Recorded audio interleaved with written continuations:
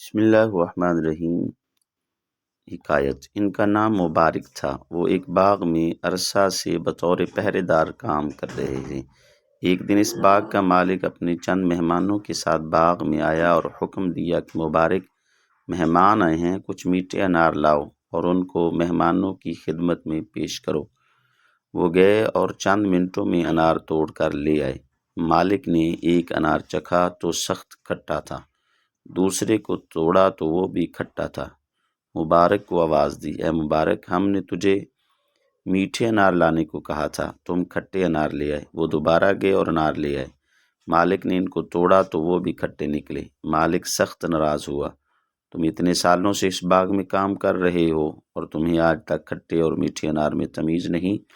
مبارک نے عرض کیا، بلا شبہ میں کھٹے اور میٹھے اناروں میں تمیز نہیں کر سکتا، کیونکہ میں نے آج تک اس باغ کا کوئی انار کھایا ہی نہیں، تو پھر کھٹے اور میٹھے میں تمیز کیسی؟ مالک نے جب ان کا جواب سنا تو سناٹے میں آ گیا اور وجہ پوچھی۔ مبارک بولے، آپ نے باغ کی رکھوالی میرے سپرد کی تھی اور اس کا پھال کھانے کی اجازت نہیں دی تھی۔ باغ کے مالک نے جب ان کا جواب سنا تو نہایت متعجب ہوئے۔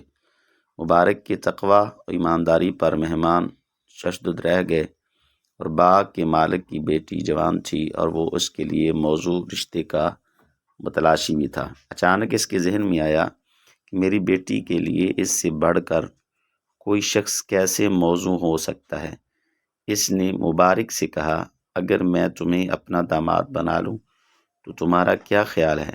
انہوں نے کہا، یہود شادی کے لیے لڑکی کی مالداری کو اور عیسائی خوبصورتی کو اور امت محمدیہ صلی اللہ تعالی وسلم کے لوگ تقوی اور دینداری کو معیار ٹھہراتے ہیں۔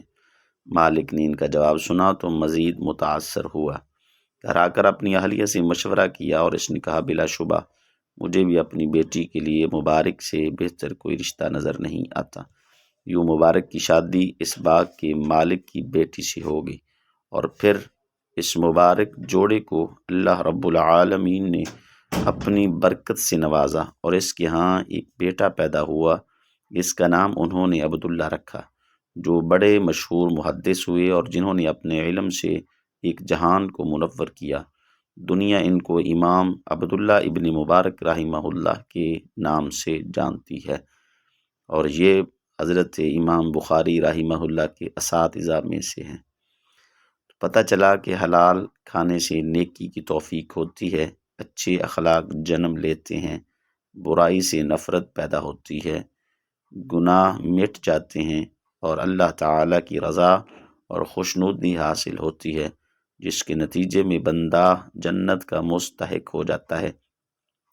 جبکہ حرام کھانے سے نیکی کی توفیق سلب ہوتی ہے، برائی آسان لگتی ہے، برے اخلاق جنم لیتے ہیں، نیک اعمال قبول نہیں ہوتے، خدا کی ناراضگی نصیب ہوتی ہے، جس کے نتیجے میں دوزخ مقدر بن جاتی ہے۔ اس پیغام کو دوسروں تک پہنچائیے تاکہ اللہ رب العالمین کسی کی زندگی کو آپ کے ذریعے بدل دے۔